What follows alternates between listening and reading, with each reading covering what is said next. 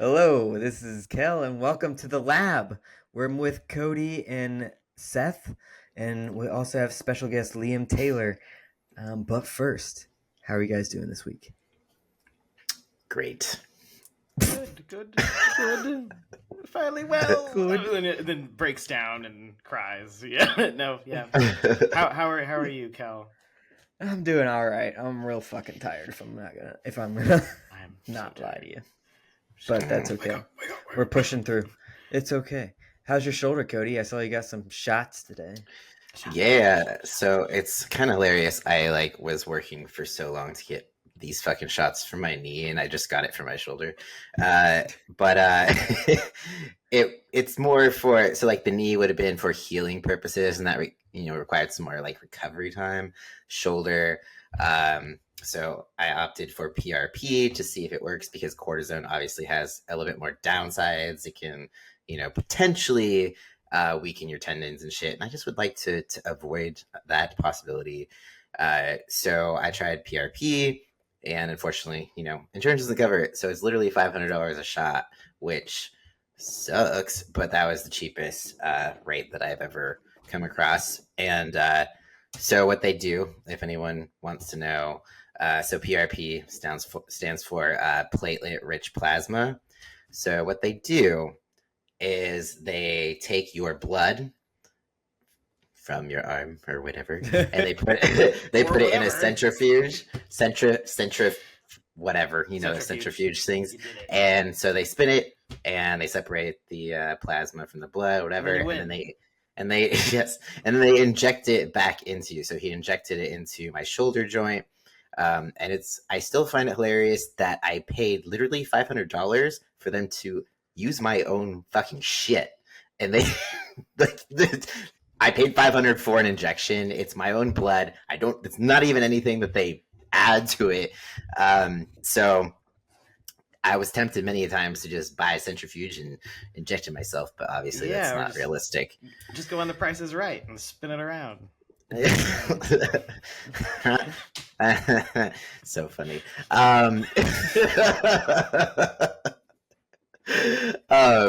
So yeah, And my shoulder. Obviously, the Wheel of Fortune, for the record. Oh, he's right. Did I say Price is Right? I did. You totally did. I got my lore messed up. So sorry to derail. Please continue.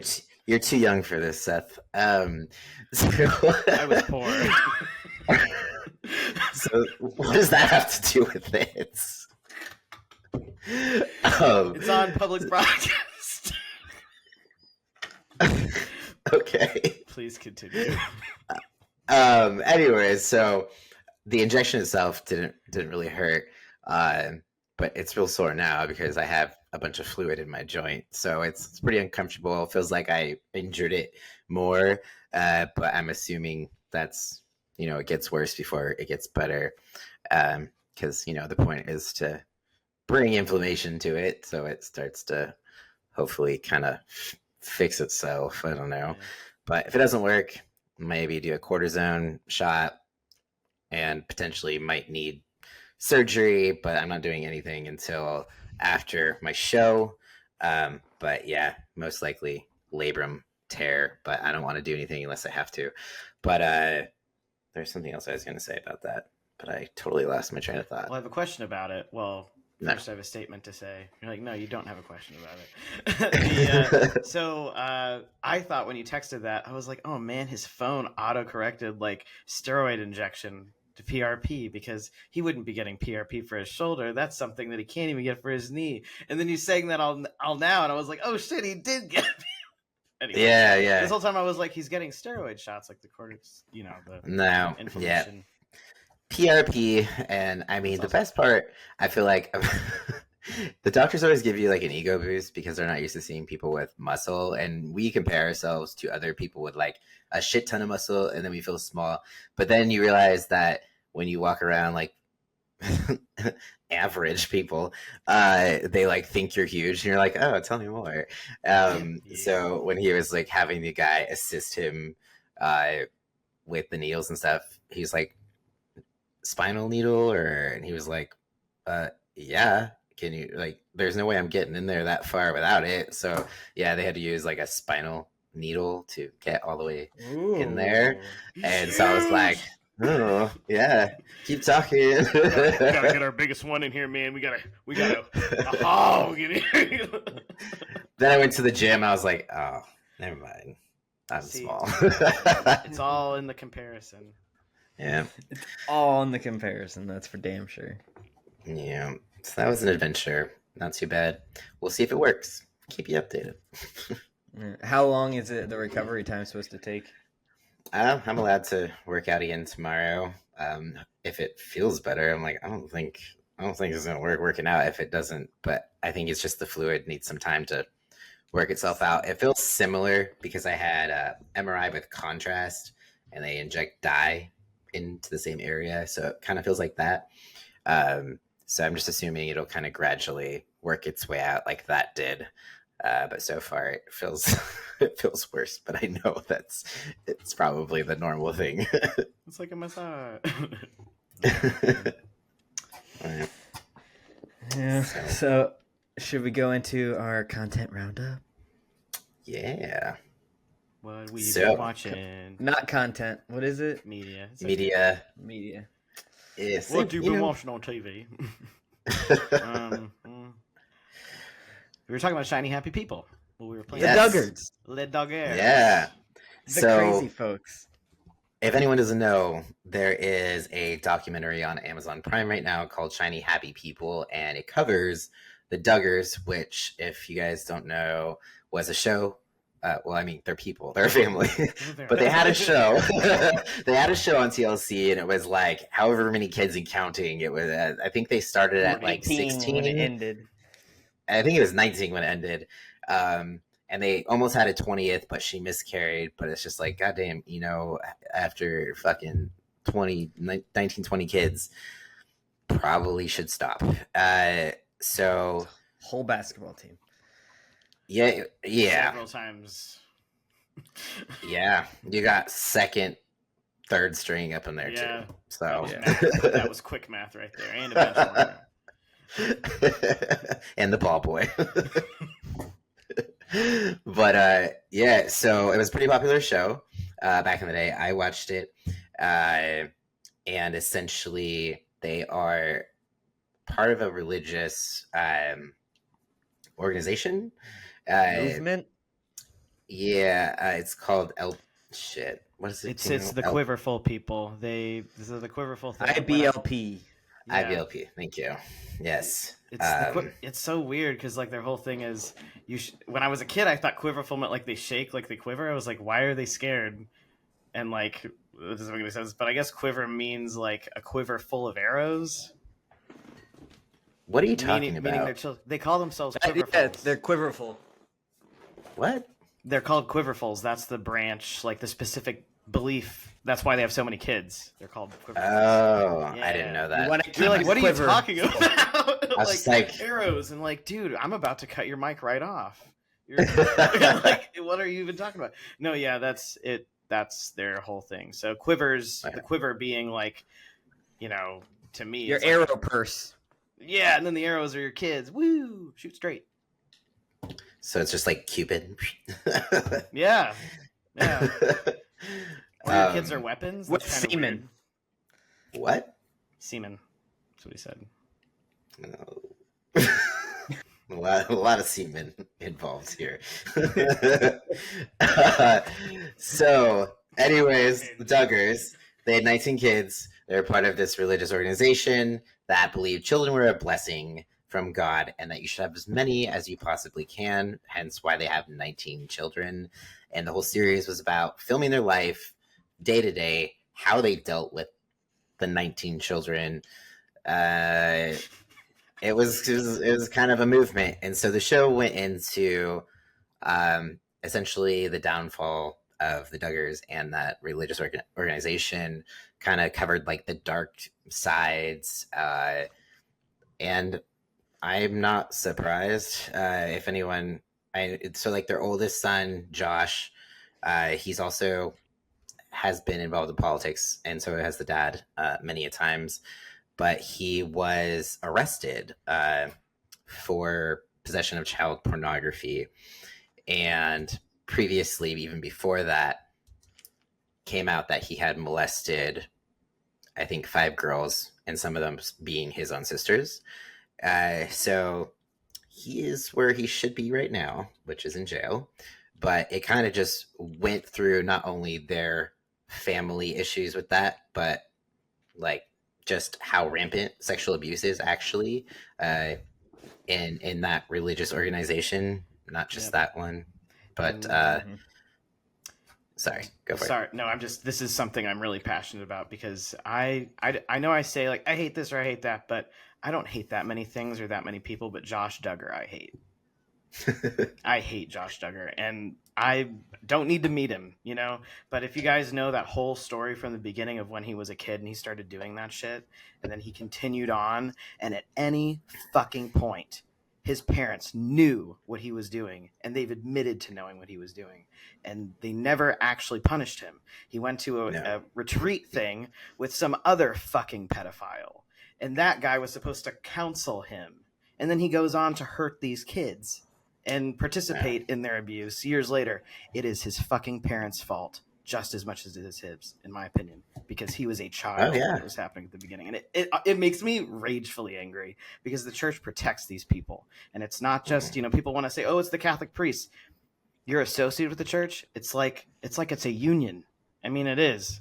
Anyway. It's because they have they don't go to authorities. They just have their own like internal. Yeah. And it's really messed up. Under the rug. But I mean, I think I hate his parents more because literally they're responsible for everything that occurred, you know, every step forward past that. But what mostly enrages me is that we have so much abuse within churches, religions, and they're the same fucking people that say, you know, save the children when it comes to being trans, and like calling trans people groomers. And it's just like, okay, but where are our churches full of sexual abuse? How the hell can you be so concerned about the children, but then you turn a blind eye like every single fucking day when your own people are messing with children? Like why is there no disconnect there? Projection. Ugh. It just makes me furious, essentially. Yeah. What do you think, Kel? No, it's fucking awful. And like, so I wasn't raised in religion, so I don't have a lot of like context for this. So like, I grew up very judgy of religious people, to be frank, because I didn't like because they looked down on us, right? Because we weren't religious. So when we went over to sleep over at people's houses, it was like, we have to go to church, and we didn't know what the fuck we were doing, and it was just awkward as hell, or we weren't really welcome. And I just remember going, and like, it never made sense to me when I was little. Like, why the fuck do they hate us when we just don't believe the same thing? And it was just very confusing to me. And so I kind of grew up like curious about it, but not at all even remotely interested in it, because it was just something that I'm like, it's just a weapon. Like, I don't see any benefit. And that was my viewpoint on it for a really long time. And the more I see it, the more I hear about these like culty things and stuff like that. I know that's not all religion, but it just, to me, it looks like it preys on people. It just preys on people who are lonely and need community. And creates outgroup, even though we naturally do that as humans. But I feel like religion outside of, and we could go into like the whole, and then the agrarian revolution, blah, blah, blah. And religion helped people not kill each other. And I hate that argument that you have to like, you have to believe that God's going to punish you, or you're going to rape and kill everyone you see. I don't get it. I've never understood it, even when I was in it. And how dare you question it? Anyway, this is going to turn into a religious drama thing. But I mean, it's related. It do be related. Oh, yeah, because it brought up, like, it was triggering for me because, you know, I wasn't in a 19-kid household. We didn't have those set of beliefs. But there were so many parallels. Like, the principles were not that different. I was talking to my brother about this. And especially when you compare their curriculum. So they're homeschooled and stuff, but our curriculum at our school was very similar. We had a Christian curriculum. It's called a Becca book to be specific, and it's a Christian curriculum where everything is God centered, even science. So you don't learn evolution as fact. You learn creation as fact, and you learn like little tidbits of evolution, but only how they're wrong. And you learn what to say to people who believe in evolution or people who think the Earth is millions of years old, because you believe the Earth is only 5,000 years old, and which is insane. But there's just so many parallels in the same principles. Like literally the only difference was the kid thing. Everything else was the same. Like we were taught to stay pure until marriage, was taught to be modest. I just never had a problem with it because I wore modest clothes naturally. I was like, cool, whatever. Not a harlot. So I remember watching the show, not from an outside perspective, because it was the times where I was still a Christian, and it wasn't. I didn't think it was like, the only thing I thought was crazy was the amount of fucking kids they had, and I felt bad that the girls had to wear dresses all the time. But outside of that, man, it wasn't that different. So I was just, it re-triggers this rage in me to just like want to change it, and to just save all the children that are indoctrinated, because it's just, their kids are, just now coming out of it. They're still very, religious. Jill Duggar is the one they interviewed most of the time. But she still is a Christian and stuff. Maybe that's the first step. But a Haley Williams Christian, maybe. Yeah. Well, probably worse than that. So it's like, it just makes me sad because they're saying that we're indoctrinating kids, but they are 100%, because I lived it.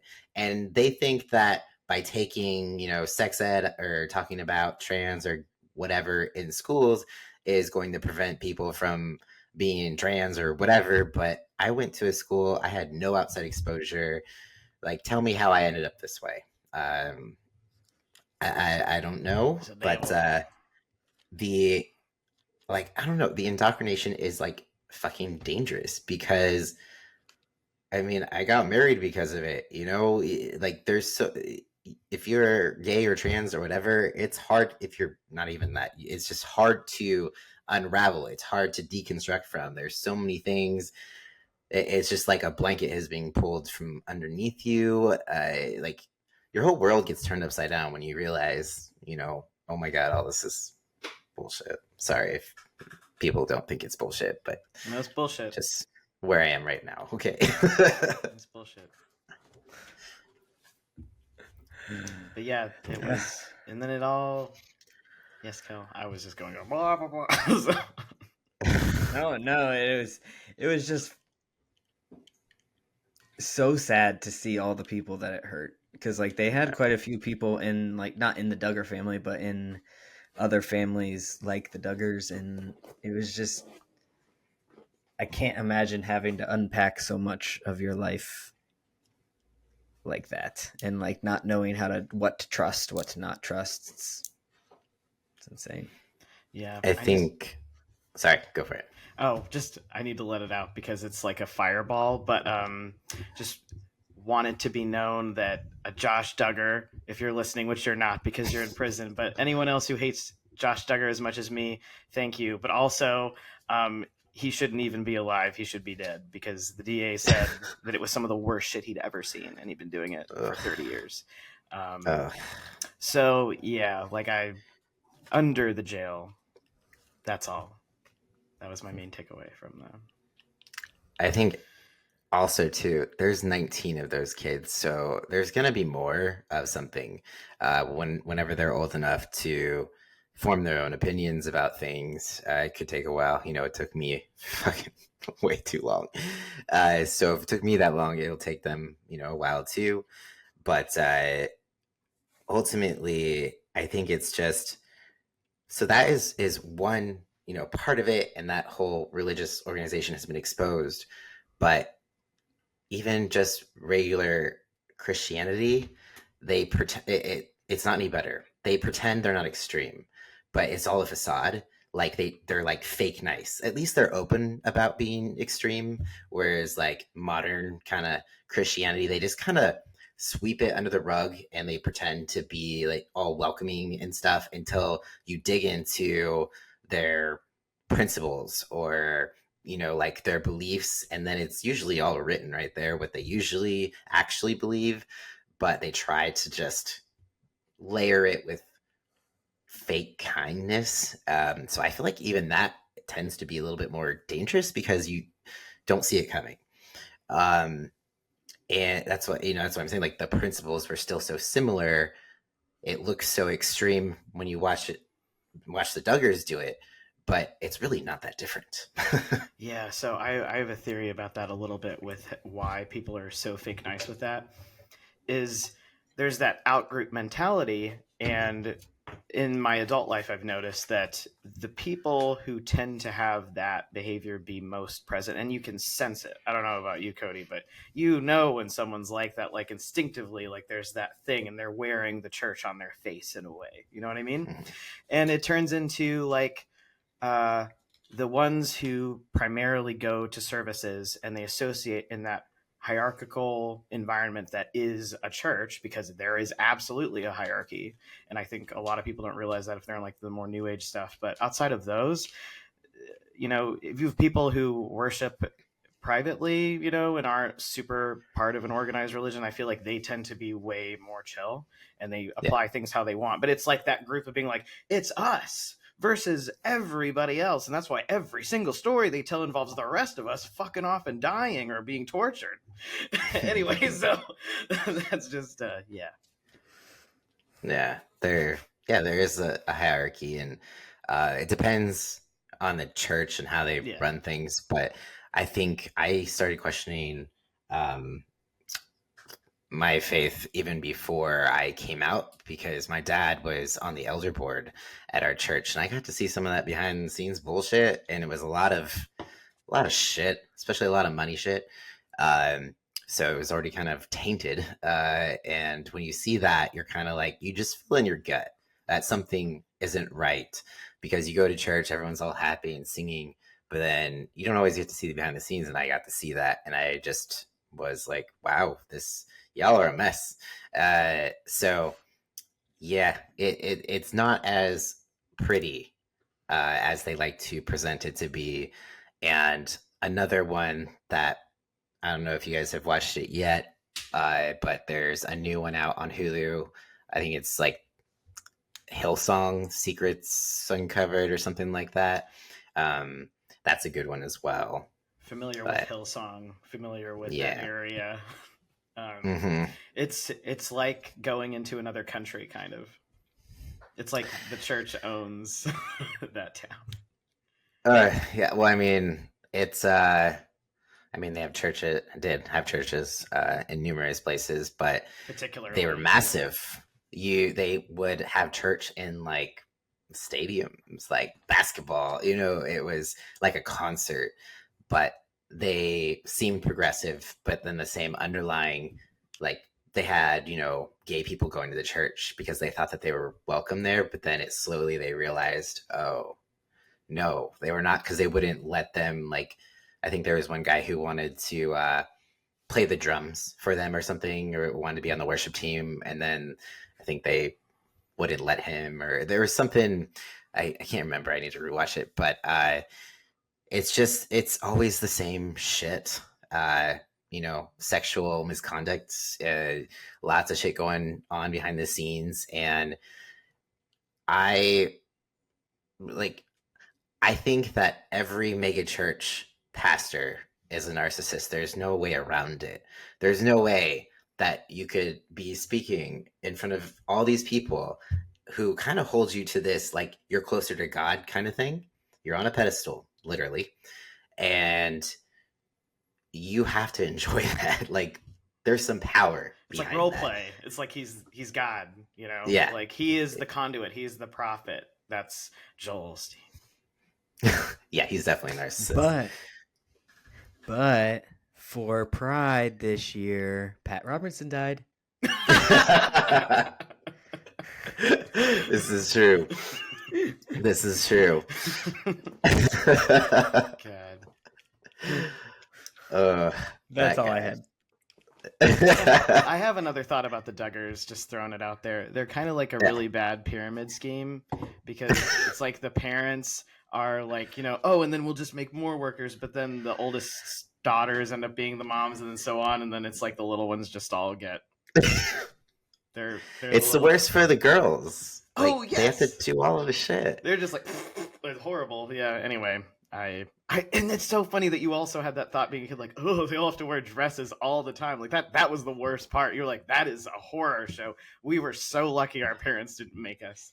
My God. Yeah. I will always be grateful for that. I don't even know. I do not know. I think I would have had to have dissociated through my entire childhood. It would have, yeah. I had to wear it on, Sundays. Yeah. to You church. just pretend that's not happening. Chapel That's why church is days. so bad. Yeah. Or Yeah. I had to wear a jumper on Wednesdays. I remember, and that was always horrible. I'd be like, it just needs to be over. Like I even remember what day it was because I was like, this is the day my mom made me agree because I can wear shorts every other day, but just for one day a week. Anyway, clothes. Yeah. I mean, I'm lucky, especially with the school that I went to. We only had to wear a dress one day of the week, and we didn't have uniforms. So that was very out of the ordinary. I feel like, especially for such a strict Christian school. I don't know their idea behind that, but I'm just glad it wasn't The as universe bad letting as you live. Yeah, I probably Look would at kill Cody. myself. Yeah. Like we're not advocating like if you don't do this, everyone will kill themselves. But like truthfully, I really don't know if I would have made it. Like Right, it would have been 10 times worse. Like I for really sure. don't know. Really don't know. Yeah. So it's the religious trauma thing is real. I feel like I could talk about it for so long. Obviously, we don't have time for that. We could But- do a series. Kel's like, and I am He's not like, religious, "That sounds but it's so awful." cool to talk to someone who doesn't have that experience too, because I feel like I know more people who come from more fundy kind of. There is a Sorry, go ahead. There's a podcast that so Dr. Laura Anderson, I've had her on my YouTube channel before, but she just started a podcast with another therapist. I think it's called Sunday School Dropouts, which is an awesome name. But it just came out Tuesday. I haven't listened to it yet, but I will, and I think I might be going on it Ooh, cool. sometime this month. But it should be super good because she's so good at talking about religious trauma and all the things. That's kind of like, she's the one that showed me what I don't even remember how I don't know. She was doing some talk on it and then I watched it and then I emailed her like, hey, come on the podcast or come on my YouTube channel. And now she's exploded. I'm like, I knew you before you were famous. Remember me? Get us a little plug, yeah. Right. I should see if I could get her on here. Yeah. She probably would. Oh, I should send her an email.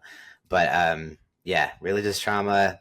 I would love to go and study that way more in the future. So Hell yeah, dude. Yep. Kel, you're just like, I would trade. No, I would rather have nothing to say No, right I now. don't. Same. no. Same. I would rather keep it this way. Thanks, guys. I'm fine. We all made it. I- Woo! I'm just vibing. Just And I vibing. have to say, it also depends on the person because, I had friends who were all religious and shit, but I love rules apparently, and I just take them as they are. And I'm like, you give me that rule, I will fucking follow that rule. And I feel like I was the only person out of my group of friends that was a virgin when I was married, and everyone else was like, they didn't really mean it, right? You didn't keep your little box. You didn't have to make a little box and Sunday school be like, my virginity is in here. Did you have to do that?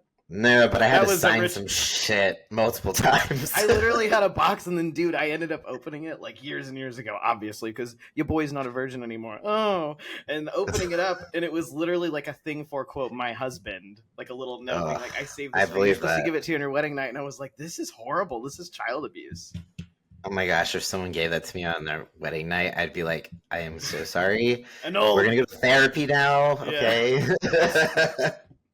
Well, I mean, if you got that, I'm not gonna say it. What? I feel like, because if you got to your wedding night, that means that you went without the whole time, which would mean maybe you would like that, right? If that was something that you cared about. I mean, if it's something you both cared about. Otherwise, Yeah, I'd be that's like, what I mean. Yeah. this is weird. Yeah. It'd be like, here's my virginity thing, even though I'd be like, weird. Yeah. Yeah. And I know we got to wrap this up, but We're going to derail. the purity culture thing was real. And, you know, just talking about the whole like virginity box shit. It's, we didn't have sex ed at our school. We had like, don't have sex ed, you know, it was just how to not have sex. And here's the reason, girls, why you should not have sex is because if you can imagine, if you gave a gift to somebody that had already been rewrapped and gifted, you wouldn't want to give someone a used gift, would you? That's how they presented it to us. That you need to save yourself for your husband because he doesn't want a used fucking car. Like, why not? I was like, does it matter where his dick's been, or is it just my vagina? You know, he's like, fine. It's you, yeah, it's dude. just, yeah. It's so something about the two is like you have people who just over time they pass that on to their kids, and then it just never stops, and there's always that certain amount of shame around it. But man, they really screw kids up. They do. Yeah, 100%. So if they want to come at us for screwing kids up, then I'll just be like, I screwed myself up. I don't need you to do that for me. Oh man. All right. Any other, Kel, do you have anything else? Sorry, we took over this segment because you're fine. We're traumatized, so it happens. Okay. That's okay. Well, I gotta ask, Kel, from an outside perspective, what did you find the most like shocking about the show?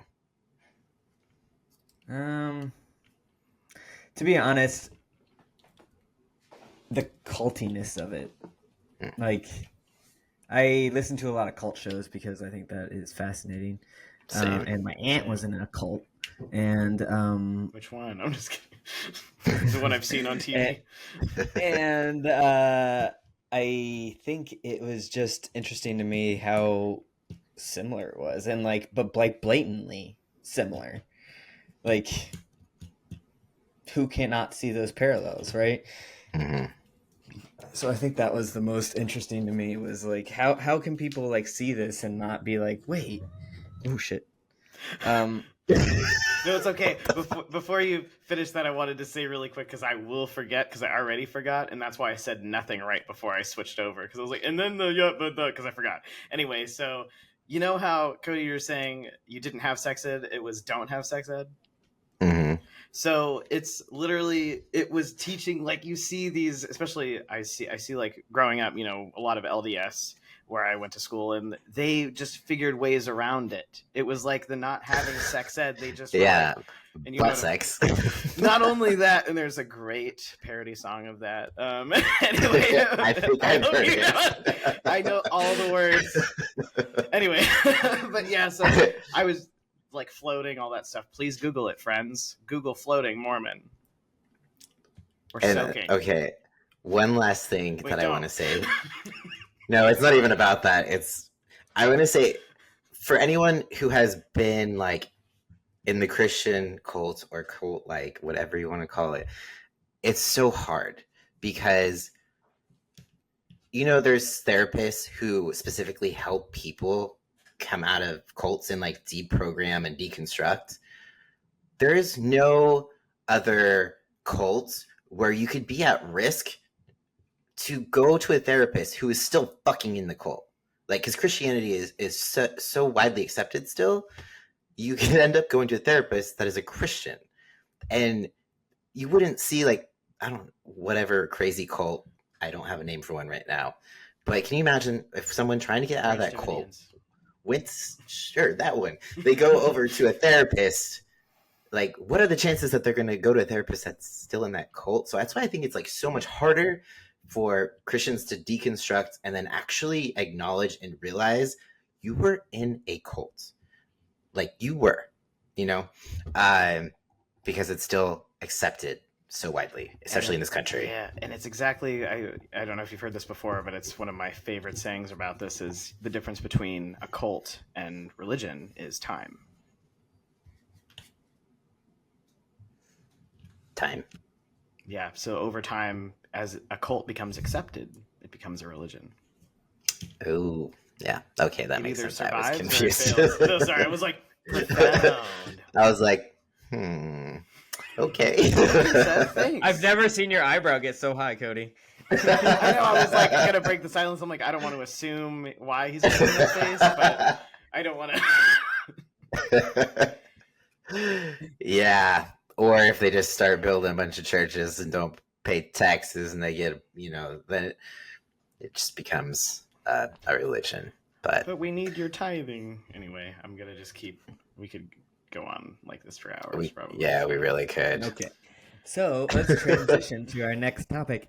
And so we're going to be interviewing Liam Taylor. And so here. Let's interview Liam. Ready, go.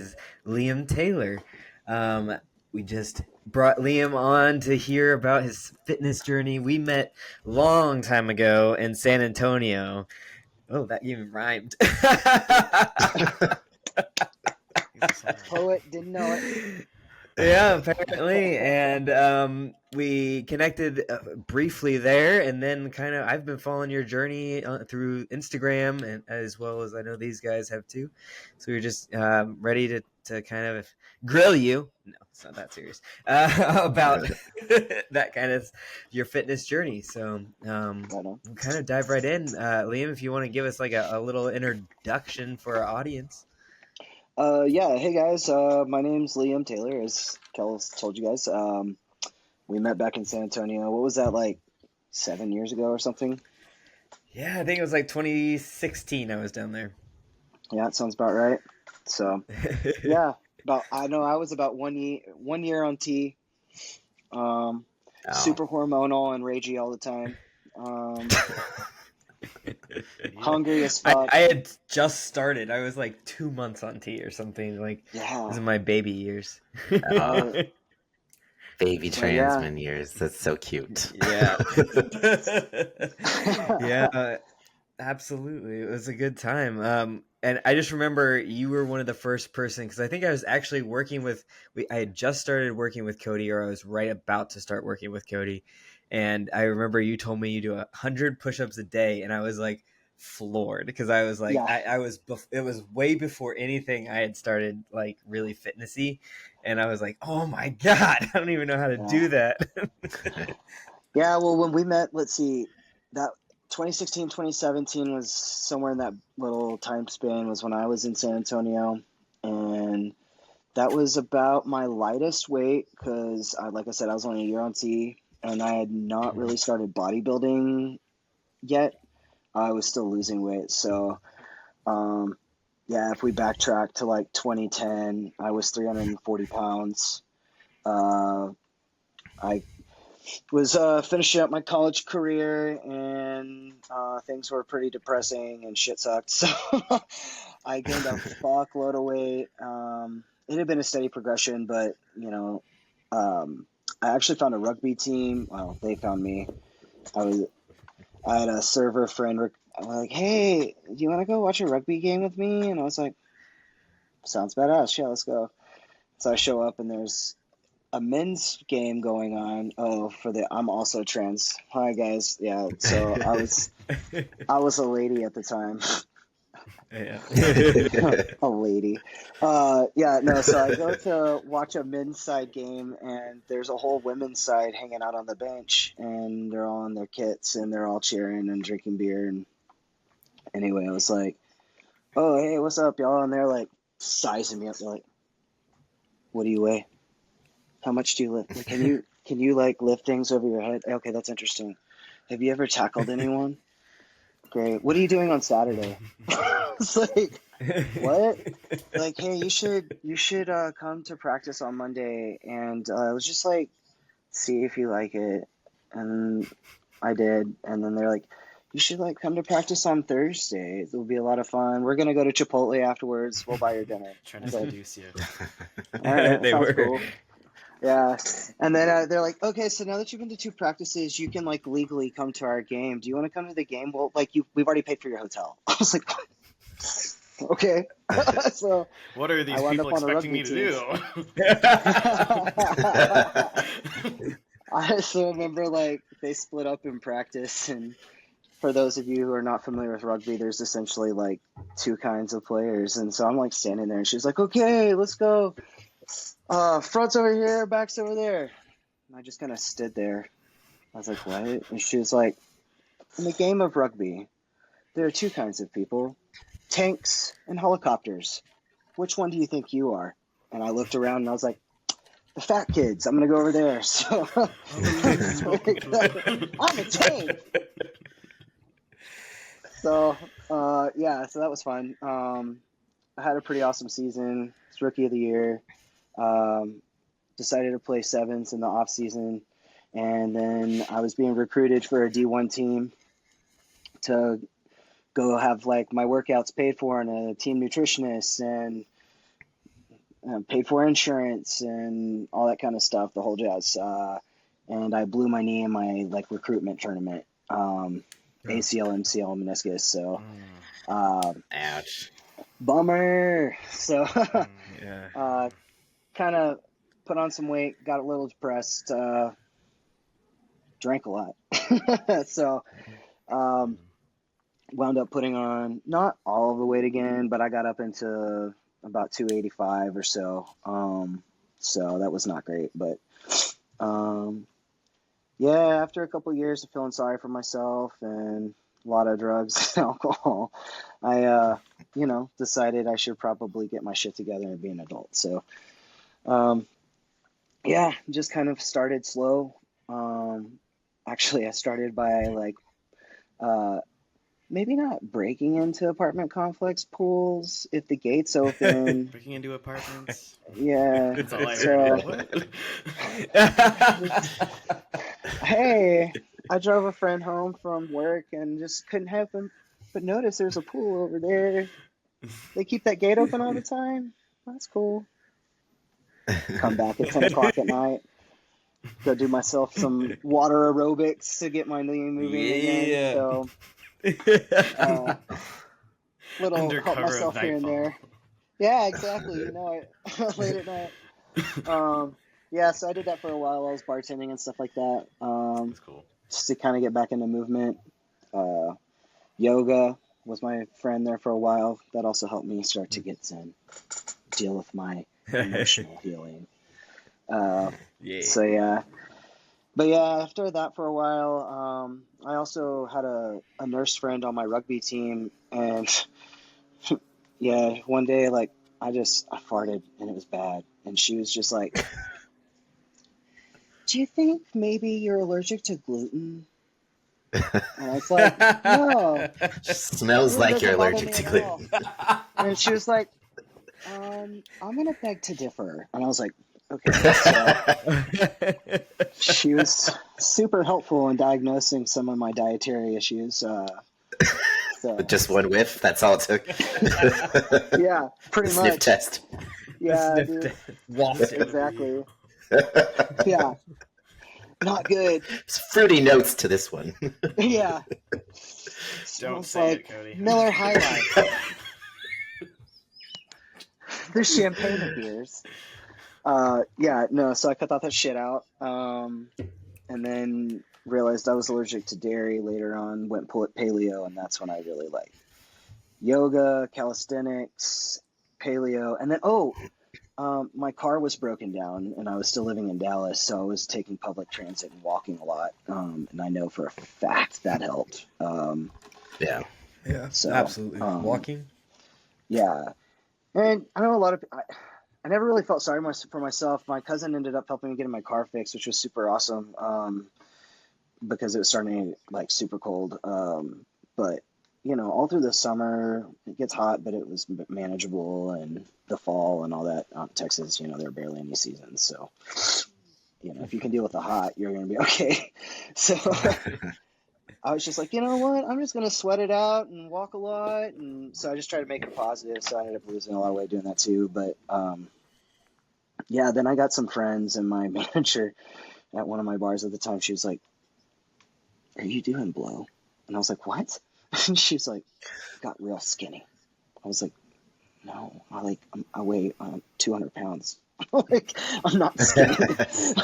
She's like, "Well, you used to be fat, and now you're not. So, like, are you okay?" I was like, "Yeah, it's called exercise." Like, I'm good.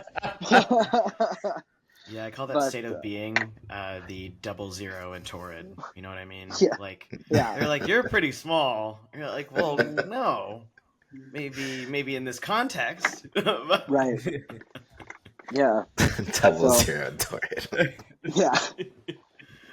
Exactly. I lived that life. Yeah. I wore some sequins. Yeah. Also, I feel like it's the exact opposite theory for like those who may understand it better this way. Like, it's like being a XXL in Gymshark. Like, you're not that big. Like, it's sizing. Darn. So, I'm gonna go trade in my XXLs. Just kidding. I don't have any Gymshark, but if I did, it'd probably be a XXL. Well, it's like a large in Under Armour. So anyway, I like it. I'm not at all. I'm not here to diss on it. I'm just saying. So Whatever you want here. Yeah. That's kind of shitty that someone would first assume that you're on drugs versus that you're just, caring about your health. Like, what drugs are you doing? I will, giving this person a benefit of a doubt, I had a fucking problem for a long time that she knew me, so maybe she was like legit concerned. Fair enough. For the record, uppers were never my bag. So I swear, Scout's honor, not my deal. So it was never blow. But anyways, it was nice of her to ask, I guess. It did give me a complex. I was like, I guess I should stop losing weight. So I got down to like 185. And from 340, like That's huge. Yeah. So I got down to like 185. I was only 185 one time. I sat around 190 at the lowest. But 185, just for the record, was my weight class in women's powerlifting in high school. So like when I got to that size as a 29-year-old adult, I was like, this is unreasonable. This happened when I was 17. Like, eat a fucking sandwich. Jesus, it's okay. So, but yeah, I just kind of eased up on myself a little bit, and then I was like, you know what? Let's start tea and get huge all at once. Let's change everything about our life all at the same time. The things we say not to do, but sometimes it works for people. I'm a 0 to 100 sort of person, kind of like. Well, also there's lots of denial, right? So like if you're from the South or a conservative upbringings, which I understand most of you have experienced in some capacity. So yeah, if you're in these environments, you're telling yourself lots of things. It's like, no, I'm not really trans. I'm just super Let's try this again. jealous of facial hair. And, it's cool. But I've just been performing masculinity my entire life for no reason whatsoever. So it's fine. The things we tell ourselves. Yeah. But, oh well. Make it work. So what was like your turning point? I feel like a lot of people have these moments where they're, enough is enough. I'm gonna change my life. I'm gonna get healthy. especially, you know, you mentioned with the drug issues and drinking. How did you kind of go in the other direction from those things? Well, there's like some very specific like key moments, and like back in 2010 when school was over and I was just waiting tables and I was at 340. The day that I realized I was 340 because I hadn't been on a scale in probably 4 years, 3 years, something like that. All through college, there was no point for it. I was a carpenter. I had a physical job, and I could explain away like all the other stuff until it just was like, obviously, you can't explain it away anymore. So, but I had an asthma attack on my drive home from work, and so I lived in the DFW Metroplex out in Dallas. So I worked in Grapevine, which is out by the DFW airport, and I lived up in Denton, which is where the University of North Texas campus is. So that's probably, I mean, a solid half hour away at least, maybe worse now, I don't know. But there's a bridge you got to cross, and like if there's congestion, I mean, there's all kind of shit that's always happening on that highway stretch. So I just got into traffic, and I guess I had a panic attack, or like maybe the air quality was bad. I can't remember exactly what initiated it. Oh, it was hay fever. It was autumn, and I got terrible allergies. I was just sitting in the highway, and all of a sudden I just couldn't breathe. I've had asthma since like the fifth grade. And so I was just like really gasping, and like I was scared for my life to the point where I exited the highway and drove into like a dock in the box. And I went in and I was like, you know, like can't breathe. And they were like, holy shit, get back here. And they put me on a breathing machine and immediately had the mask on my face and were trying to calm me down and stuff, you know, patch me all up. And then after they triaged the fact that I couldn't breathe, they started to like get my information and like have me fill out the forms and do all that kind of stuff, intake stuff. And that's when I hopped on the scale for them. And my blood pressure was out the roof, and I weighed 341.6 pounds or some bullshit. And I just literally just started having a panic attack. And then I started having another asthma attack on top of it. And the nurse that was in there, she was trying to be really kind. She was, you know, providing me the nebulizer, and she turned off the digital clock or the scale. She's like, it's not important. It's just for the chart. It's not important. She turned it off, and she was like, what's important is breathing right now. And she helped me like count, like help me control my breathing, and like tried to talk me down out of it. But like, I just couldn't shake that feeling, you know? So, also like I've had relatives with diabetes and heart disease and things like that. So obviously with those sorts of risk factors, you don't want to fall into the same sort of, I don't know, future that you've seen them live. So I just realized I was still young enough to do something about it. I was only 22, 23, something like that around there. And basically the next time I saw a doctor to go pick up my asthma medication, like they had to prescribe me steroids or whatever. So they sent me to somebody else. And when I saw that doctor and they did like a full physical, they were like, we're going to be really honest with you, with the way things are looking and the way your body's processing nutrients right now, you're probably not going to live past the age of 27. And I was like, it's 5 fucking years from, you know what I mean? Like, what? like, I just finished fucking college. What are you talking about? You know, like, anyway, like, I just was like, holy shit, that's scary as fuck. So, I just kind of started trying to make little efforts, like taking stairs, parking further away at the grocery store, like baby steps, walking places, try to eat more greens. And then that's when my friend invited me to rugby. So by the time I started rugby at 285, by the time I was competing and blew my knee over the summer in sevens tournament, I was down to 230, 234. So I lost quite a bit of weight. Rugby's fuck. I mean, it's 40-minute halves, and we barely made numbers. So I played the whole game. The only time I didn't play was when I had a nosebleed. So, I mean, like, that's it.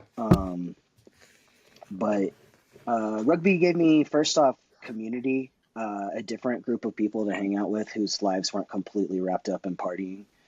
Um, so it was really nice to have friends that, don't get me wrong, we partied in rugby. Rugby is not exactly known for being super clean and squeaky by any means, but when you run, yeah, when you run for the first 3 hours and then you go have a couple beers, it's different. So, it just gave me a lot of different people in my life who were, first off, like super educated, adult, put together, and it was good for me at that time. I was not in a very good place in my life. So, rugby gave me a lot, and I really love the people that were really close to me in that time. Super cool people. My coach actually invited me back to be a professional athlete in a study she was conducting for SMU. She was like, "Hey, you work for SMU, right?" I was like, "Yeah, I'm an electrician in the theater department." And she was like, "Cool, you're already on payroll.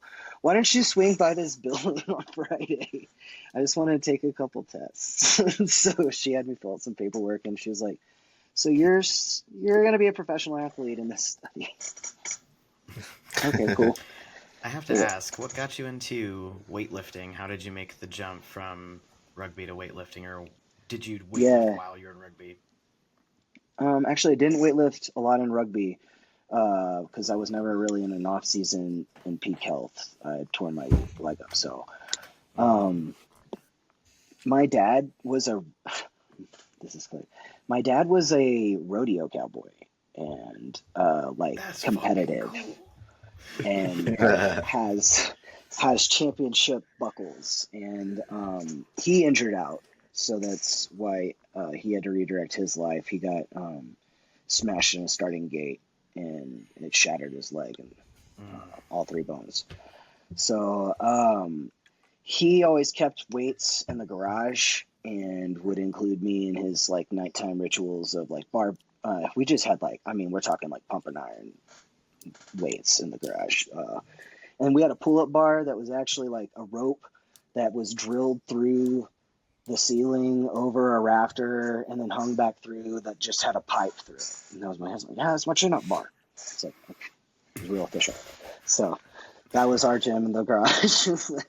Bare bones, but my dad was always in old man stout shape my entire life. His leg was always big old busted calves, I'm sure. He actually had a muscle graft, so one of them was huge and the other one was replaced. So,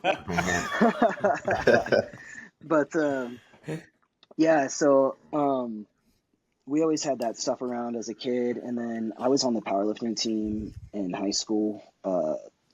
I was actually on the track and field team, so I was at shot put and discus practice one day, and one of the coaches runs over and was like, "Hey, Taylor." "Yeah, coach." "Go to the field house." And I was like, "Okay." So I start running in the direction of the women's field house where we would have gone for basketball and volleyball and all that shit. He's like, "No, the other one." And I'm like, "Why the fuck the football field house?" Okay, so I just run over there. I walk in and there's just a room full of fucking dudes, 150 fucking dudes just standing there. I walk in and they're like, I'm like, "What the fuck is going on?" They're like, "Taylor, you're the newest member of the powerlifting team. Grab a 25 sit-ups. Let's go." And that was that. So I was on the powerlifting team.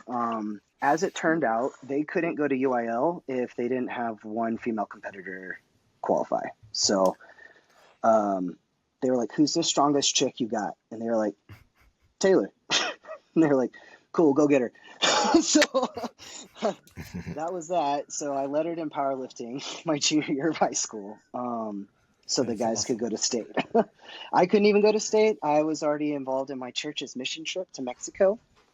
So Oh, hello. Yeah. Hello, fella. Yeah. But I actually I won state with my regional qualifying totals. So I wasn't actually there, but I still out totaled whoever was there. So I'm a state powerlifting champion. Nice. Yeah. Cool. So yeah, I mean, So- so lifting was always part of my life. It was just In a different way. Not as at the forefront, maybe. kind of forced upon me in a way. Mm. I love it though. So- It's fun. My favorite question that I think a lot of people really like is when it gets shitty, like when you're struggling to keep into everything, to maintain. Do you have like a mantra or a like reset that you use that you like a lot? Yeah, like, well, just like in general in life, I learned this when I was kind of in a really dark spot and like really finding my gender identity and getting on hormones and, you know, getting doctor letters and all that kind of in therapy. Was you can't stop the waves, but you can learn to surf. And that's really stuck with me. Like, I honestly say it to myself at least 3 times a week. So, yeah, like you I like can't that. control everything around you. You can't control what happens around you. You can't control the people. You can't control the environment, but you can control how you respond, and you can control what you do or do not say. You can't control what you do or do not do. So, I don't know. Sometimes it just gives me a cause to maybe take pause and lead with empathy. I don't know. So, kind of where I'm at. So, what kind of advice would you give people who were, just getting started in their journey? Maybe they're feeling overwhelmed or it feels daunting. What would you say to them? First off, you're not alone. Like, that's completely understandable. Everybody starts somewhere, and like even under the best cases scenarios, like where you have experience as a child or in high school or athletics, maybe you took a long time off, like I did, and like when you get back in there, I didn't want to go to a gym when I weighed 340 pounds. No, that was not where I wanted to be. Just start small, do what you can. Every little step counts. And believe in yourself. Like, don't listen to the noise. There's always going to be haters and naysayers. There's always going to be people who are like, you can't do that, or you shouldn't do that, or you don't need to do what you want to do. Like, if you feel compelled to do something, do it. I guess I would just say, know that you're not alone. Reach out to people, get a coach. It really does help. If you're not in a place where you can educate yourself or know how to like navigate, if you don't know anything, ask people for help, because if you're injured, you're not going to get very far either. So, there's no shame in asking for help. Everybody asks for help, or should. Sorry, I think I got the hiccups. But No worries, man. But yeah, that's basically it, man. Just reach out, ask people around you, ask your, I don't know, like my DMs are always open. Like if people are looking for a trainer or a good at-home program to get their feet wet, or like, hey, what are the best exercises for XYZ? Like, I mean, also if you like don't buy into like quick fix fads, it's a gimmick. They're just stealing your money. Like science works, gimmicks do not. So get yourself somebody who's knowledgeable. I think we know an assortment of people here who can help you with that. So anyway, that's kind of what I would say, is just ask for help, and don't be scared. Like, it's all good. We all started somewhere. Yeah, very true. So, All right. do you have any? You got. Sorry. I have 3 quick ones. They're super quick. Your favorite pump up song? Oh shit. On the Anything, spot. honestly, anything by the Deftones. I don't even pick a specific song. I just put on the Deftones and I just let it. Dope. Awesome. Love that. Favorite exercise or movement group? I'm a push day fan because I'm a deeper whore. Yeah, love that. Love that. And then final question is, who is your like someone that you look up to, like hero wise, like when you're trying to think about all this fitness and motivation stuff? Well, like there's the big ones like Arnold and The Rock and stuff like that. But there's also lots of dudes in the community who are really good about that. Actually messaged a dude earlier today. I think it's Aiden. Everybody's handle confuses me. You know what I mean? Like it's like, wait, what is the name again? Like, but this dude keeps it fucking real all the time. Like he is no holds barred. Like I think a lot of the shit that he just says oftentimes, but I'm like, well, that's not very nice, and people are gonna be upset, and like, I guess I should find a more gentle way of expressing my point. This guy's like, yo, shut the fuck up, you're lying to yourself, stop being a piece of shit. And I'm like, yeah, thank you for just fucking telling people. Like, I will sometimes just be like, let's go see what he said recently. Just for a daily dose of fucking truth. Love it. Yeah. Awesome. Cool. Well, is there anything else that you wanted to like kind of mention? I think we've got most of our questions answered. Did you guys have anything else? You could do a little pluggy plug. Yeah, if you want to plug tell your socials. Oh, I'm just on Instagram, really. I have old YouTube content, but yeah, my handle is LiamLifts86 on Instagram. It is still a public account. I do block assholes rapidly, so yeah, we're all good. Yeah, but love it. yeah. Find me there. We'll chit chat if you would like. If not, there's fitness pictures, occasional videos, pictures of my cat and my wife, occasionally a hiking trail, and me in jock straps. So, I mean, what else is there to want? So, there you go. Awesome. You just see Well, a dramatic increase in traffic. Right.